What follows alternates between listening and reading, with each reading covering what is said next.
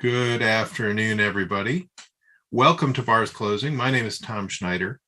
I'm with NinjaTrader and we'll be reviewing trading day today.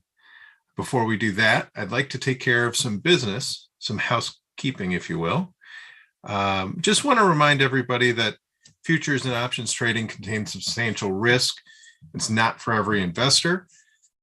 You could potentially lose all or even more than all of your initial capital or your initial investment. Risk capital is what we want to use when we trade, trading futures.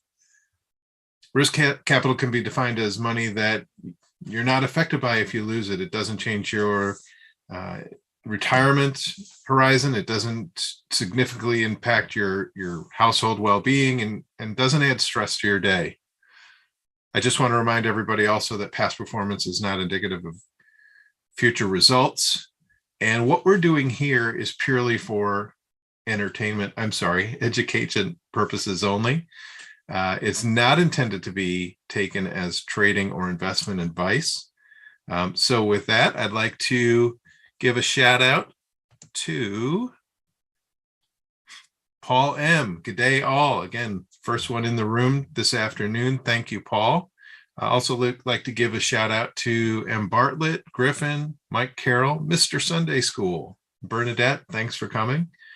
And let's just go right into the charts before we think about what we could do in the last half hour of the open market. So right now, what we're looking at is the E-mini. And when we were talking this morning, Jim and I were hosting the opening range show. We were talking about what direction the market will be going on options expiration. We saw that the market traded up to R1, pivot level R1, made a distribution, point of control was up there, and the market started to come off. We had a big down bar right when the show was closing.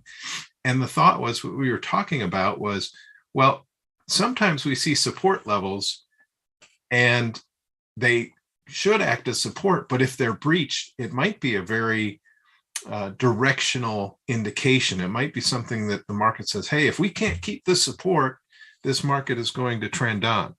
So let's look at what happened. Around the 11 o'clock hour, we see that the actual pivot point, which is merely the average of yesterday's high, low, and close, when that was breached, that market just kept running. Sellers kept selling, and that was pretty much the story of the day. This market just kept going down. S1 didn't even hold a support. So when we got to S1, the first level of support off of underneath the pivot, we continued all the way down to S2, and it was around 2 o'clock, 1:50, 2 o'clock Eastern time, where we finally saw the buyers come in and push that market back up. Now we're trying to get back up to S1. We're kind of trading in the middle of both of those. So I want to come back to this. I think that there might be some opportunity here in the last half hour to take advantage of that information. Notice that down below we have the moving averages, 6 and 22 periods. Hard to see, so I'm going to stretch these up a little bit. They're converging. The shorter term moving average is converging towards the longer term. And so that might be interesting as well, as we think that this sideways market might have some direction going into the end of the day and the week. Also, we're trading right around point of control, as we see that a lot of the volume towards the end of the day came in here.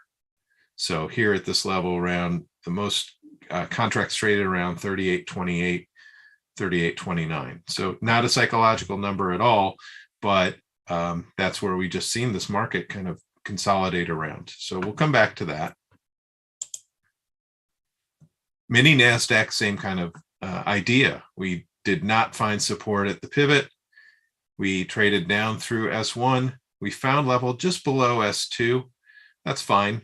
It doesn't have to be completely precise, especially when the levels are not psychological numbers. We actually traded down to 11.5.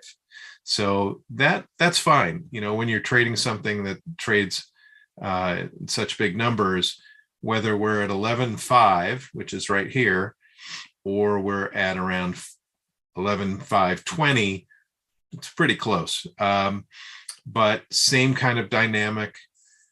I might look at this as well. It's really kind of compared to the E-mini at 6 of one, half dozen the other of what we might take a look at. So let's not put the Nasdaq away just yet. There might be some interesting things happening there. Dow, same concept, right? We got to the pivot, couldn't sustain, and that market kept going. Now it happened a little earlier. It looks like this huge candle down might be equivalent to the one that broke the to the candle that broke the pivot on the E-mini and the E-mini Nasdaq, but still same concept. We didn't hold support at pivot. Let's go to S1. We didn't hold at S1.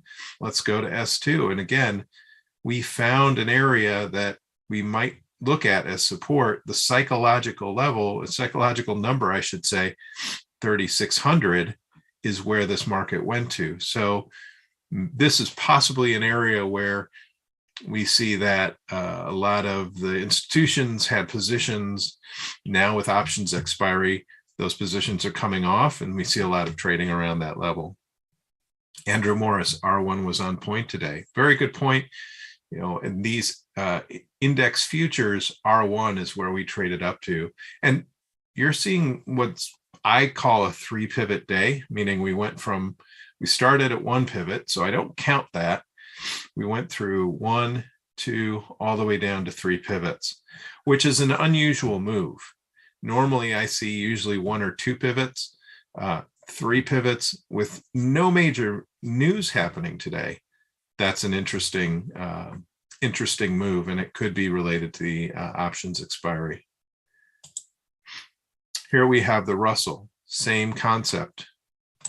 Trading at R1, didn't find support at the pivot, traded down to S2. Now we did find some support there early on. We found some support, I say early on, about halfway through the move.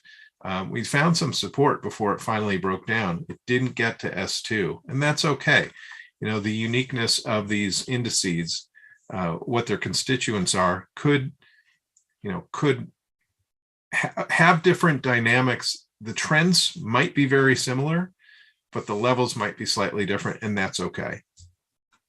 Notice the value area, though. With all this trading that happened this afternoon, the value area has shifted down to the bottom of the range. It's kind of what we call that B-shaped, although it's kind of a capital B, not a lowercase b. But most of the volume's happening here today down at this level. Can we get back up to S2? Does that provide us an opportunity? If we do we think it's going to break out?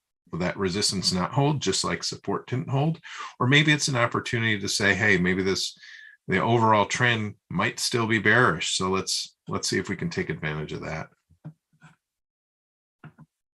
Now let's switch over to natural gas. Natural gas, kind of the opposite story today than the equities in terms of the bias, right? So gas as a whole, I'm still bullish on a longer term. Here we see a little bit of initial range-bound trading in the overnight into the pre-open. And then we saw this bearish move, V-shaped recovery, I guess, during the day. V-shaped, goes right back up to these levels we were trading at earlier. And now we're trying to find point of control. Looks like it's around here. So traded back up to the pivot, traded down, I should say, to the value area, traded back up to the pivot, traded down to the point of control, bounced off there. These levels, now we're trading right at the top end of the value area. Let's see if we can use these possibly when we're trading, right? We might find that these are, is the pivot going to hold as resistance? Let's, again, maybe we can use that in our trading. We'll come back to that as we go into the last half hour. I want to talk about crude just real quick. Crude, similar to nat gas, energy was up today. Not by a lot, but the bullish trend here throughout the day, started overnight. A little bit of consolidation here as we hit the morning hour. We're kind of range bound.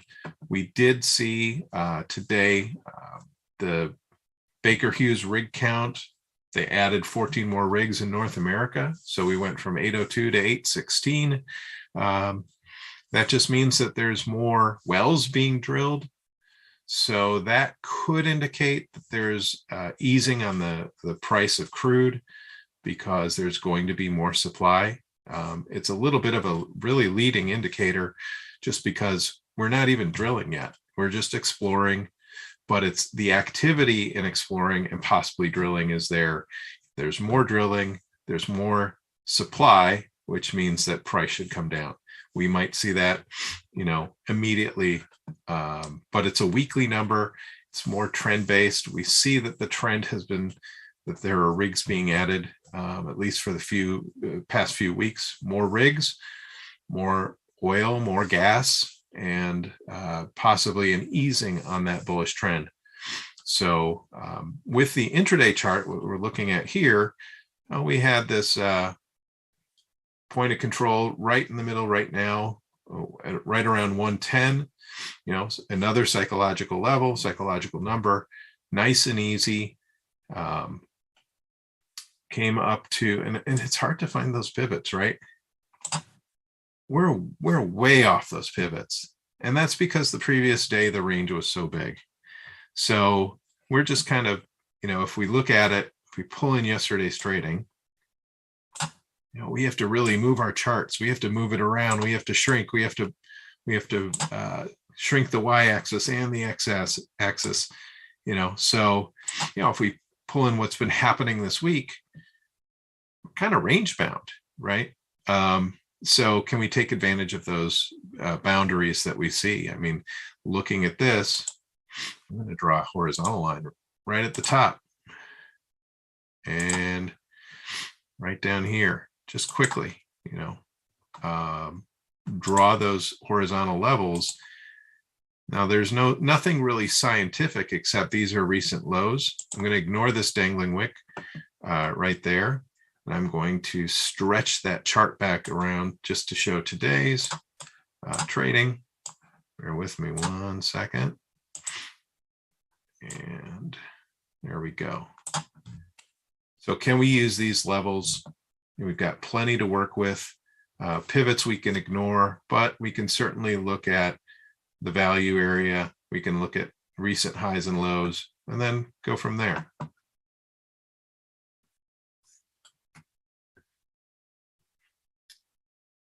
So Jim says, I noticed that the SPY and Nasdaq future charts are trading almost identical today and other days.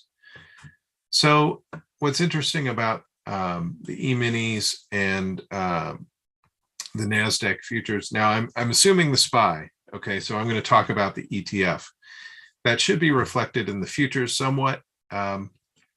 Yes, the indices don't always trade exactly the same, but looking at Nasdaq, here's the Nasdaq intraday chart on a 10-minute basis. And here's the E-mini. Not a lot of difference, right? Only the price maybe, but what we're looking at is, again, I'll do that real quickly. There's the Nasdaq. There's the E-mini. Very similar in terms of how it works with how it's traded structurally and in relation to its own levels that are calculated from previous price levels. Even the distributions are similar. If we look at the volume profile over here, we see a lot of activity overnight. It's hard to see because it's a little bit fainter. It's outside the value area. That's about 30% of the trading or so happened overnight around here. And then as the market opened up in the US and it just moved, the volume came in, right? So these volume distributions reflect the volume that came in as it moved down. And if we go over to E-mini, very similar. Now, you might ask why that's different. It's just a matter of the function that I have the same tick size on both the E-mini and the NASDAQ. And because they price differently, we're going to see a little bit more refinement with on the NASDAQ with than with the E-mini, because my tick size, E-mini trades at about, what is that, a third of Nasdaq. I'm doing my math, a little less than I'm sorry, yeah, a little bit more than a third. So that granularity is more on it's more impactful on the Nasdaq. Let's take a quick 30-second break, and we'll come right back to the 10-minute charts. You deserve full market transparency. You deserve the flexibility to trade on your own schedule. You deserve access to professional futures trading tools. NinjaTrader, because you deserve more. Start trading futures at NinjaTrader.com. Capture the excitement and opportunity of crypto trading in a secure and highly regulated marketplace. Meet cryptocurrency futures. Go long, go short, you decide. Start trading futures at NinjaTrader.com.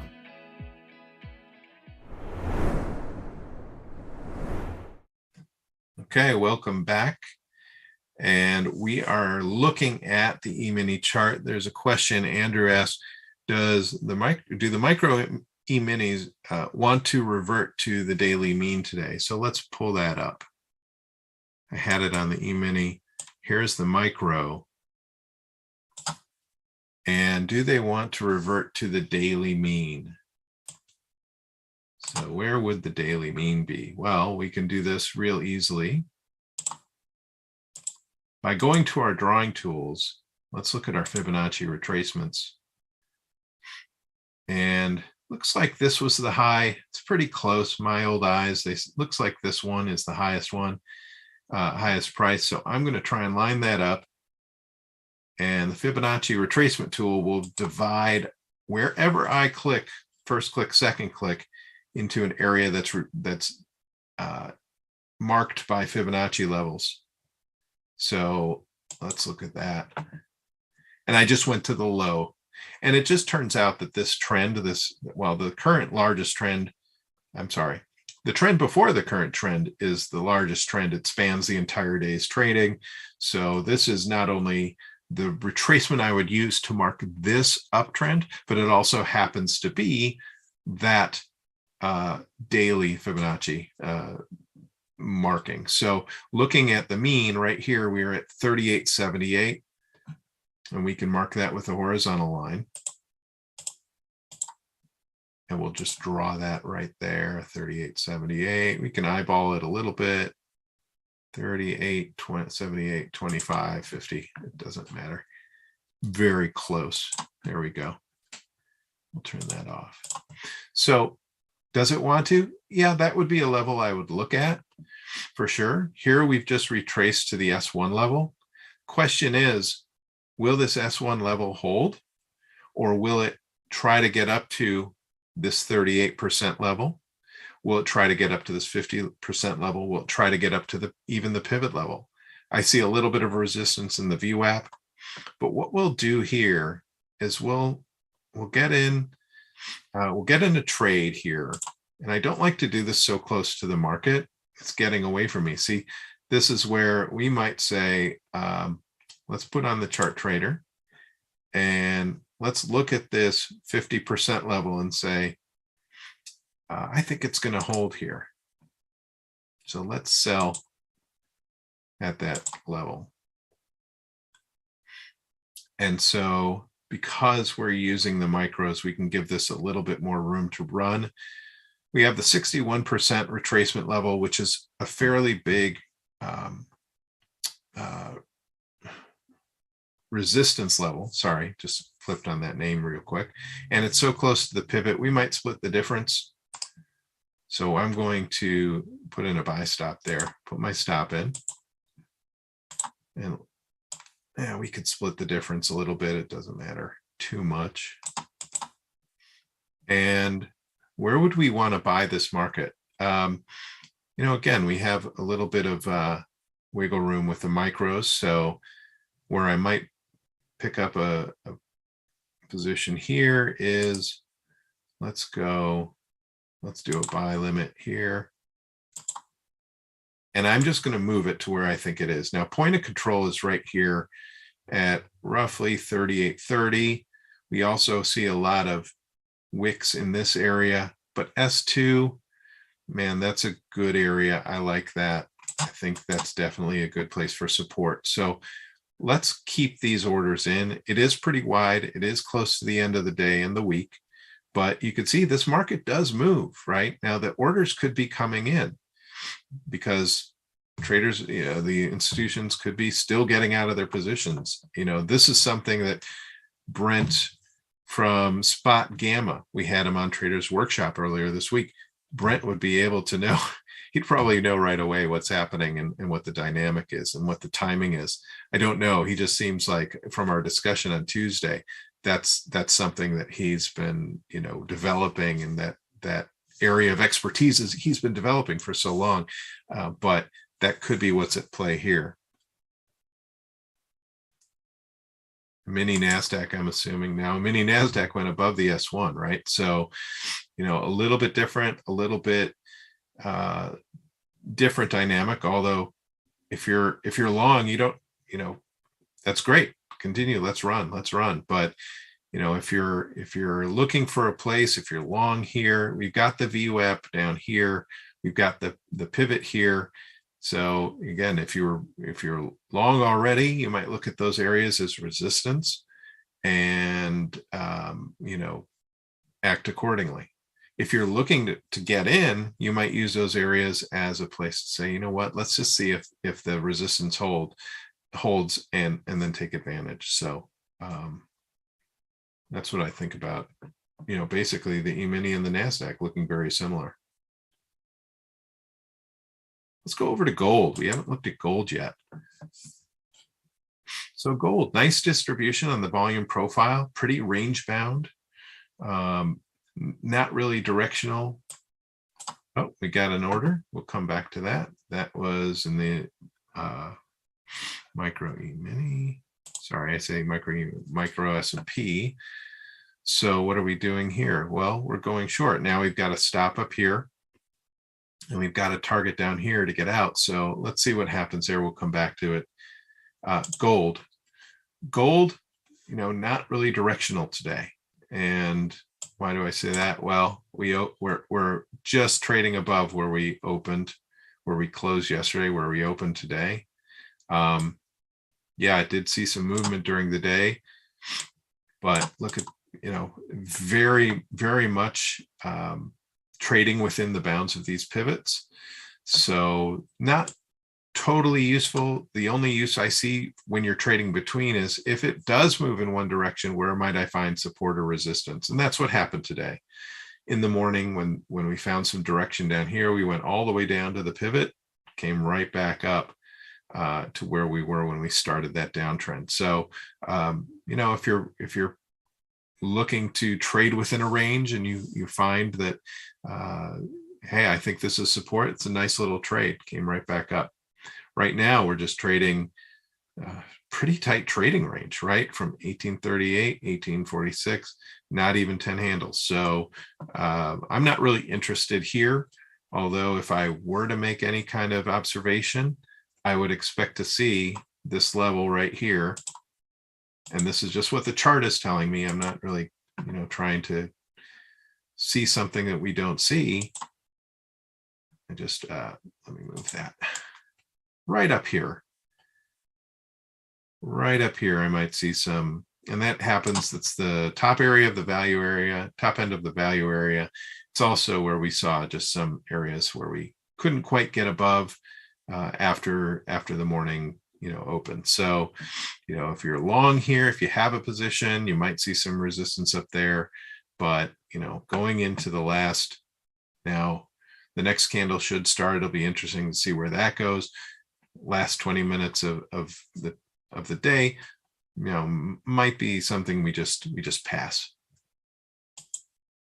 Dr. Copper, yeah, interesting volume profile. We saw a lot of activity up here during the day.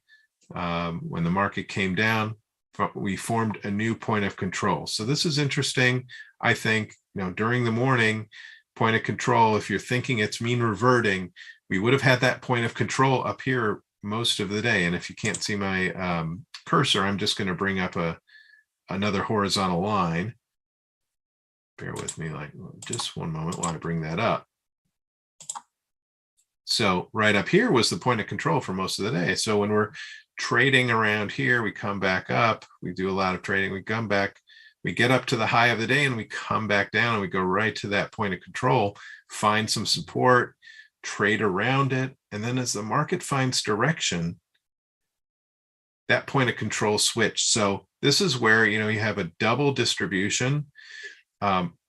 It's interesting as we trade away from this distribution to know that this level right here, which is, let's see, right there, that's where the point of control earlier was. So that might be a target, and that might be, let's just for fun, because it's the end of the week, let's just say I'm going to put in a sell order right there. So let's right click and let's sell. It's fun, right? Just one, take one lot there. And where might my stop be if I'm wrong? Where could this continue to if buyers would just keep buying, right? So boy, we're at the point of control from earlier. Now we might see the point of control switch back if there's enough trading up here. So I'm going to put my stop in right at the top of these, kind of in this area right here. And the reason why I do that, maybe a little higher, maybe right up here. And that's because that was most likely around where the top of the value area was, where I see some resistance up here. So let's put in, what are we short? So we're going to do a buy stop limit, and we're going to do it, I think, right at the top of that. Let's see. Try that again. There we go. Tried to move it before I said okay. And so now let's see where it might go to. If we do this, we want to see, do we want to take a quick profit? Do we want to see where it can go to? Do we trust, here's VWAP. Are we going to get back down to VWAP? Can we do that in the next 18 minutes? I don't know. Yes, of course. Look, we just had this candle that took all of 10 minutes to create. So let's target that. I'm just going to put in a buy limit here. Okay, so now we've got an order in gold. I'm sorry, in copper. I thought we were in gold, and we're in copper. So we've got an order in copper. It's fun. I haven't done that in copper yet. And let's go back to the micro and see what we're doing. Okay, not great. Not great. It could hit that 61% retracement level. And again, this retracement level is from the top here to the bottom here, just marking it off in Fibonacci levels. And we entered around the 50% retracement, and the market might push it up to the 61. We put our stop just above that, just below the pivot. So we'll see what happens there. Osama Zaben, NDX, a weekly RSI has not been this low since March 2020. We could take a look at a weekly chart real quick. So that's in the Nasdaq. Now I know these are dailies. I'm just going to switch to a weekly up here. And I have my RSI. So we need to go back to 2020. See, I don't have it back that far.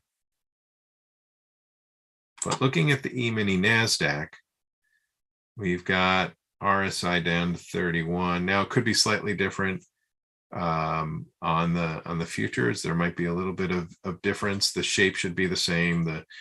The price feeds the chart, feeds the indicator, and they should be relatively the same. There might be slight differences. But yeah, we haven't seen this since March of 2022.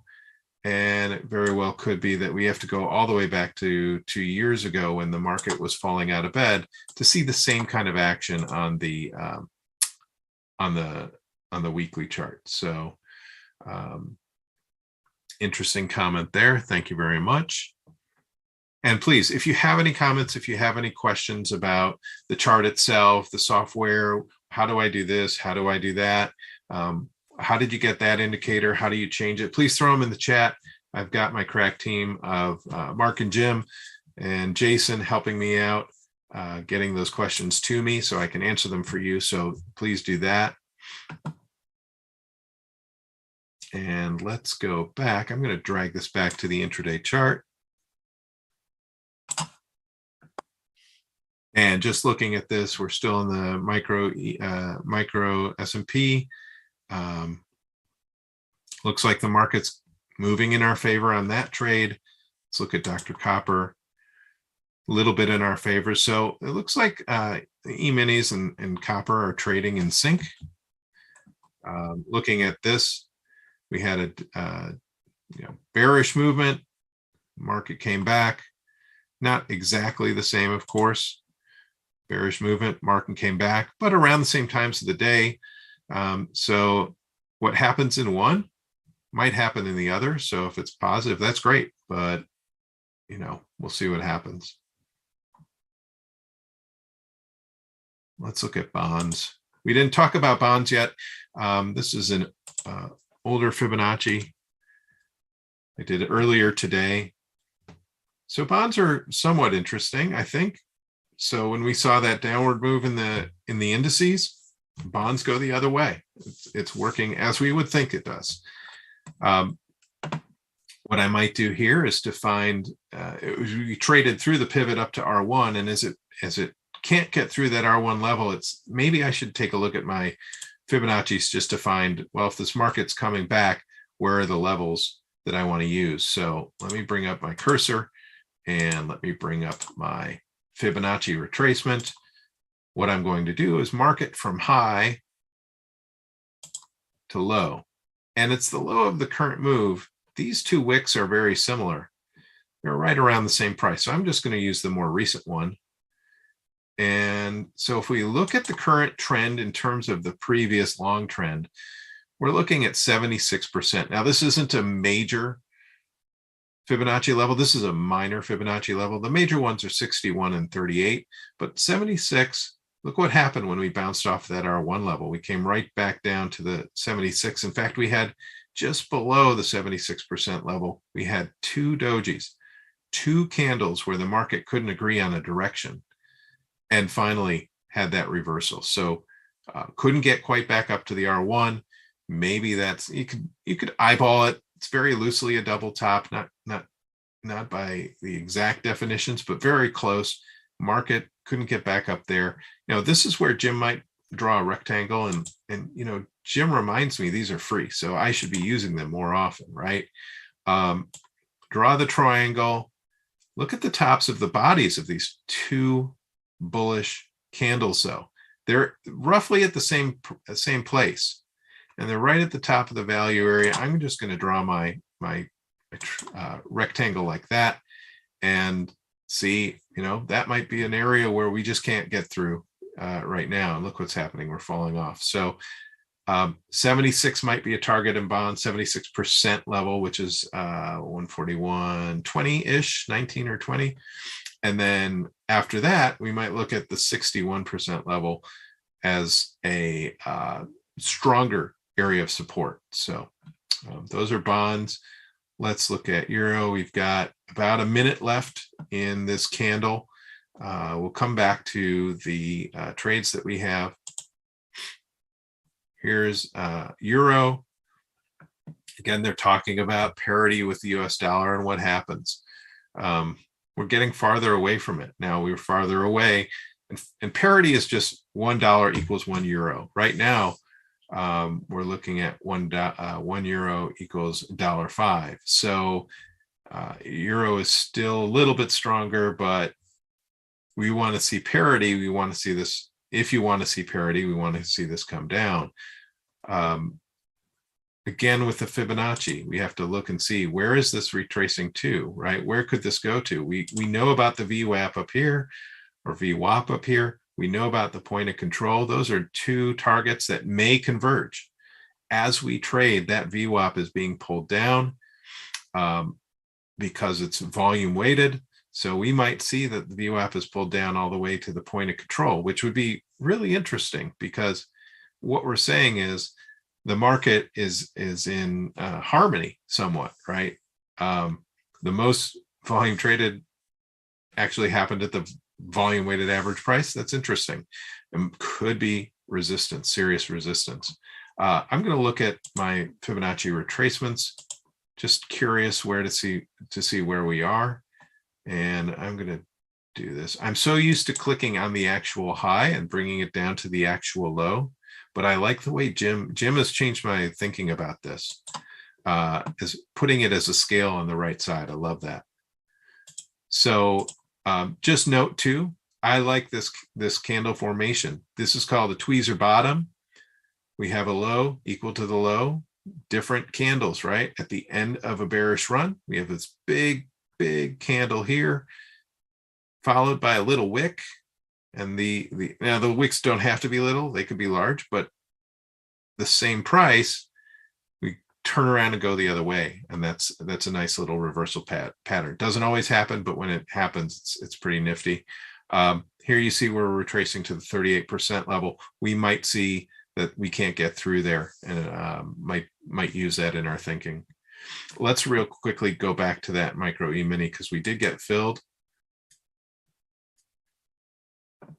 So did we get stopped out? Now this is where I have to look. Yeah, we got stopped on looks like copper. Let's go to copper real quick. Nope, we're still here. Let's see. Okay, so the market really isn't doing anything after our entry. We'll just leave it go there. And E-mini, I grabbed the wrong one. Looks like I was stopped out. So market went too far, got to that.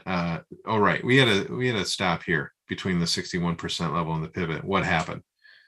So this is one where with a micro, I could have just as easily moved my entry up there because I was thinking, man, we're not going to get that in the last half hour. But, you know, with a micro, you can give your orders room to fill. You can give them a little more room to move and get to where they need to go. So, you know, 8 minutes left in the session.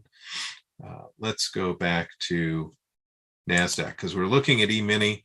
What's happening in the Nasdaq? Interesting. Didn't get up to the pivot. That's fine. I didn't mark it with a Fibonacci, so I'm just going to put one on real quick and see how those retracements are coming. Because we know we just got up to what, the 61% level in the E-mini or the micro S&P, and here we're not quite getting that retracement, right? We're not getting up to the pivot. We're hitting VWAP, which is okay. We might find resistance there, and we're hitting that 50% level. So different levels, but 50% is a good level too. Not as strong as the 61 or 38 as resistance or support, but certainly interesting to know that we've clawed back 50% of this total move, this total down move from earlier in the morning. I mean, early in the morning, I should say. Let's look at Japanese yen. We haven't looked at that. Yeah, this chart, it's very range bound. You can see how many times we traded, you know, since we found the bottom here, traded up here, we traded again down to this level.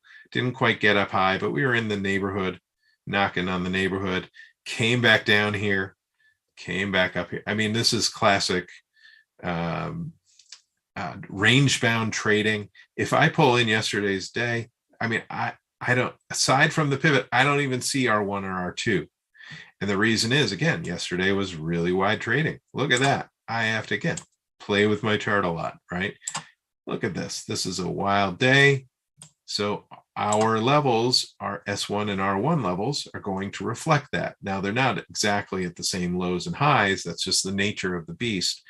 But, you know, if I bring up my chart, I say, you know, I only see PP for pivot point. Where are my other pivot points? You might have to do a little searching and find those levels. Say, oh, wow, you know, unless something catastrophic happens, unless something really moves the market, I'm not really concerned about that, R1 or R2. But just good to know. If something does happen, if it really starts moving, it's good to know where those are, because those could be targets. In a day like today, with 5 minutes left in to the next bar, I'm not really concerned about Japanese yen. Let's look at copper again. See what's happening. Nothing really. Nothing really. I mean, we got our fill, and market's just hanging out. Nothing happening really much there. So, maybe we will be satisfied with what we have. We want to clear our orders and clear our position. Maybe we'll just let it ride and see what happens overnight. I wouldn't suggest that this is a simulated account. This is not a live trading account. I want to make sure that you all know that you have access to a simulated account on NinjaTrader. So I always recommend that you do a lot of paper trading, right? You do simulated accounts. You trade on simulated accounts before you even think to get your hands dirty. And raring to go in live trading. Trade on a simulated account and get your feet wet that way. So just to be clear, we're trading on a simulated account. Let's look at the Dow. Dow got back up to its pivot point, went right through that VWAP. Again, I didn't put on the Fibonacci because it was so similar to the other indices, but let's see what the nuances are, right? So I've got my high up there, and I'm still fighting that urge to go right up to the high. Tweezer bottom over there, reversal, kind of blew right through that S1 resistance level. S2 held as support, S1 did not hold as resistance, came up to the VWAP, kept going, came up to the pivot point, which is right now we're trading right at the 61% level on the retracement. So, that area right here, rectangles are free. I'm going to draw that. If I draw a rectangle, we might use this pivot area. Extended it too far. I'm going to click and move it.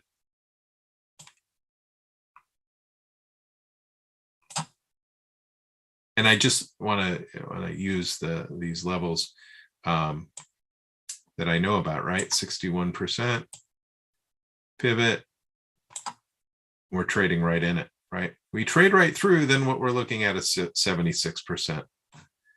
Could we get there in 2 minutes? Of course we could. Something might really come in. Big orders might come in at the end of the day, move it up there. But right now, I'm not interested in doing anything. I did my trade on the micro S&P. So let's look at the Russell,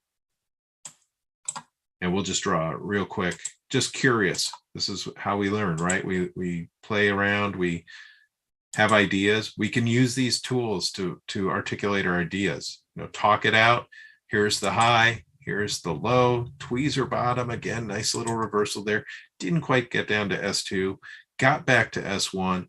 Trying to get to S&P to the PP, the pivot point, and 61%, a little bit farther than the pivot point. So slightly different, but same concept. We're trying to hit the next levels. We're trying to bring that up there and see if there's resistance there. So we're less than a minute away. We'll see if that goes up there. I'm going to go back to my copper trade. Okay, so the markets, what's happening in the equity market seems to be reflecting what's happening in the copper market, most likely the energy markets too, right? If I go to crude, yeah, a little bit bullish here, right? Up 80 cents, up 79. So that was more than the 45 or 46 we were looking at earlier today, right? Over here, about a half hour ago. Nat gas. Oh, nat gas fell off. Wonder what that's about. Where did it fall to? Point of control, right? Heading for VWAP. And we might even draw a trend line right here. Sorry, not a trend line, a Fibonacci retracement. S1. Nat gas traded all the way down to S1. Little bitty trade there and came back up. Tweezer tops, opposite to our tweezer bottoms. Up here, high here, same high here, reversal candle. Where is this? Where could this go? Now we've got the next candle. So 4 o'clock, markets closed for the indices, but we're seeing this is after hours, so to speak. Where could we go? Could we go down to 38? Could we get back up to 23? See what happens on that gas. Still bullish, right? Still bullish overall. We'll look at the charts. Let's actually do that right now. Let's real quickly look and see what those longer term charts look like. And just pardon my dust while I move this. Here we go. So let's look at the E-mini. Amazing day. Amazing day. We're going to look at this, blow it up a little bit. I don't really care about what happened in January, February right now. I have everything I want to look at with my analysis. And I have my trend channel, still within the trend channel. Got my moving averages, still bearish on the moving averages. MACD still hasn't crossed up. It still has the MACD line below the signal line. Technician would be interested in seeing that cross. If we do cross, we'll see this histogram go positive. That might be an early sign or an early signal that things are changing. Doesn't mean it'll happen right away. It doesn't happen on a dime, but it might be an indication that, okay, we should maybe think that this bearish trend could reverse. And the RSI, it's not oversold. It's close. It's kind of flat. Nothing really happening here. What's really interesting to me about this, though, is we had this bullish candle on Wednesday. We had this kind of continuation, slight continuation, not a huge body. Today, we have a doji. So maybe we found an area where buyers and sellers agree. Buyers keep pushing this price up. Buyers keep pushing it up to 3,900. Psychological price, possibly, could be reflective of what's happening at options expiration. Most definitely it could be. So we'll see if on Monday we continue this upward, I shouldn't say upward trend because it doesn't look up, right? But the buyers just keep pushing this trend, this price back to 3,900. Maybe we'll see that pressure continue and reverse this market.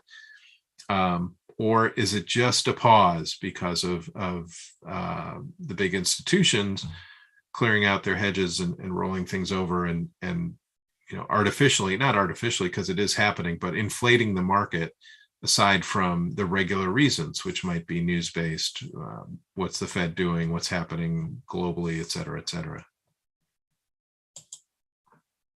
And this is the one where I believe, let me just move this over here. This is the weekly. I think I changed this to a weekly. I will look at weekly and daily charts. If I have a little more time on a show that it takes a while. It takes a while to go through the different charts, but I do like to look at longer term charts, not just weekly, not just daily, not just 10-minute, but I do like to go through a lot more than that. Let's look at, this is the E-mini Nasdaq on a daily basis, same concept. I'm not going to go through these too much in detail. They look the same as the E-mini. We have the moving averages, which are showing the relationship, the price under the moving averages. Moving averages are trending down. The shorter is under the longer. The 50 is under the 200. That is, these are all not bullish for sure. Certainly with these indications on the RSI and MACD, not seeing any bullish activity here. So overall, in the longer term, I'm still bearish according to these charts. Russell, same thing. I don't have the studies up there. I do have the MACD and the RSI. Again, could be early signs of a reversal, but until I see them, I'm not changing my view. There's nothing telling me that this should be changed from a bearish view on a longer term basis. Dow, same thing. My MACD is bearish. RSI is bearish. We can certainly see the trend. So for indices,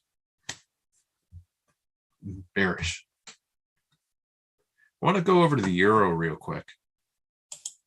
Carlos made a comment. Long euro, 105.10. So, okay. 105.10. We're at 105.63 and a half, targeting 106.25 Sunday. So 106.25 Sunday. Let's look at that real quick. Let's bring up a horizontal line. 106, and I'll try to get it. 106. Oh, there we go. A little bit higher. I was looking at 025. No, we're up here. So looking on a historical chart, and this is historical. So you could look at this and say, you know, you're getting ahead of where there might be considered some resistance on the daily chart, right? The resistance might be up here. Some people look at the higher of these two wicks. You might look at the higher of the two bodies, which is where the opens and closes are. Here's you're looking for that as your target, just under that. That's great. Like it a lot. You know, over here in the MACD, I see that the MACD has turned positive a couple days ago, followed by some big candles. Right now, this current one today down, but that's okay. We have higher lows. Higher lows is part of a trend. So part of an uptrend. Uptrend is defined really as higher highs and higher lows. You don't always have that, right? You have higher highs. Well, this big bullish candle doesn't have, higher lows. This is a higher low from the previous one. This is a higher low from the previous one, et cetera, et cetera. This one isn't, but it's a huge bullish candle. It's an engulfing candle. It takes out the previous bullish move. So we can forgive that candle for not having a higher low. What happens the next day? Today, a higher low. So it doesn't have to be perfect. It doesn't have to be every candle. But if we see consistency, you know, this might be the start of an uptrend. So good comment there, Carlos. Let's just talk about next week in terms of what's happening here at NinjaTrader. So we'll have the opening range show as normal, and we'll have the bars closing as normal, Monday through Friday. Opening range is at 9:15 Eastern. I'm sorry, 9:10 Eastern, and bars closing at 3:15 Eastern time. We're also have some shows that we've introduced. I hope you've seen the sessions that we've had so far. On Tuesday, we'll have Adam Fisk from Boss Trading on our new show, Traders Workshop. That's at noon Eastern. And you know, speaking to Adam is a real treat, and I think you'll find what he has to say just incredibly interesting and very helpful. He has a passion for what he does. You'll find out what he does, but what he does is he tries to expedite or helps trader expedite their trading to get to a level where they can trade, you know, not just as a side hustle or, you know, a hobby, but even maybe, you know, something that they can do full time. But he's done it all, and his experience helps traders find their next level. So it'll be really interesting. That's on Tuesday at noon. We also have See the Futures. Jim's going to be hosting Bob Iacchino, and they're going to be talking about energy futures. So Everything Energy will be next Wednesday. That's at 10:30 Eastern time. And then on Thursday, we'll have Benefits of Futures. We're launching a new show called Benefits of Futures. That's with Anthony Crudelli. Anthony and I will be talking about how crypto futures can help you hedge NFTs. Now, the NFT market, relatively new, non-fungible tokens. I believe it's non-fungible tokens. I just know them as NFTs. They're pretty fascinating. But Anthony's just putting it all together, right? I think the way he's connected this market, meaning the futures market in crypto, with this new market, NFTs, is really unique. And he's going to bring the heat on Thursday, and that's at 10:30 Thursday morning. Mark, if you can drop that link to the events page, that would be great. So that Mark will drop it in the chat. And so you can go to that link on NinjaTrader and see what's happening. Wow, crazy week. A lot going on. And, it'll be just a lot to take in and see what worked, what didn't. New information. We learn every week. We learn every day. And, I think I'm speaking for Jim a little bit, but for me, I for sure know that I learn so much every day, even from you. I'm just so you know, I don't want to talk about myself too much, but I do hold the CMT charter, chartered market technician, and it's something that I'm passionate about and something I've done for many years. And it's always a great thing to learn more about what I am so interested in. And I've learned from you this week different ways to look at the market using these tools. So I want to thank you all for that. What is today?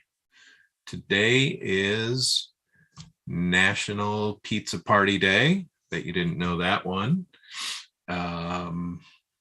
It's National NASCAR Day. So if you're into NASCAR, I hope you're celebrating. It's also, and this is a special shout out to our director, Mark, it's National Rescue Animal Day. And Mark, I know Mark has some rescue animals. And so it's a really unique thing that somebody can rescue an animal and take care of it.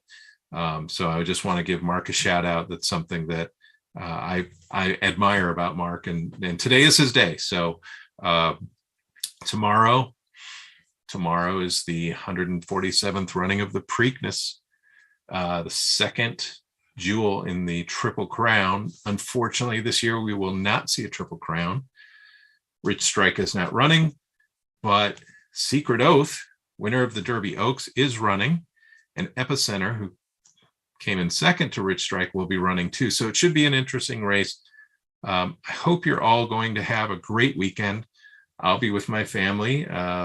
Baseball will be involved, in some ways. My son plays Little League, so we'll be doing that. I hope it's good weather where you are this weekend. I want to thank you for letting me talk about the markets and spending some time with you, and appreciate your participation in the community, in the chat room, throwing in questions, contributing your comments about your positions, what actions you took today. We really appreciate that, and please keep that up. I do want to leave you with what Jim leaves you with. I think it is a good message. So be safe out there and be good to each other. And we hope to see you next week. Have a great weekend. Thank you.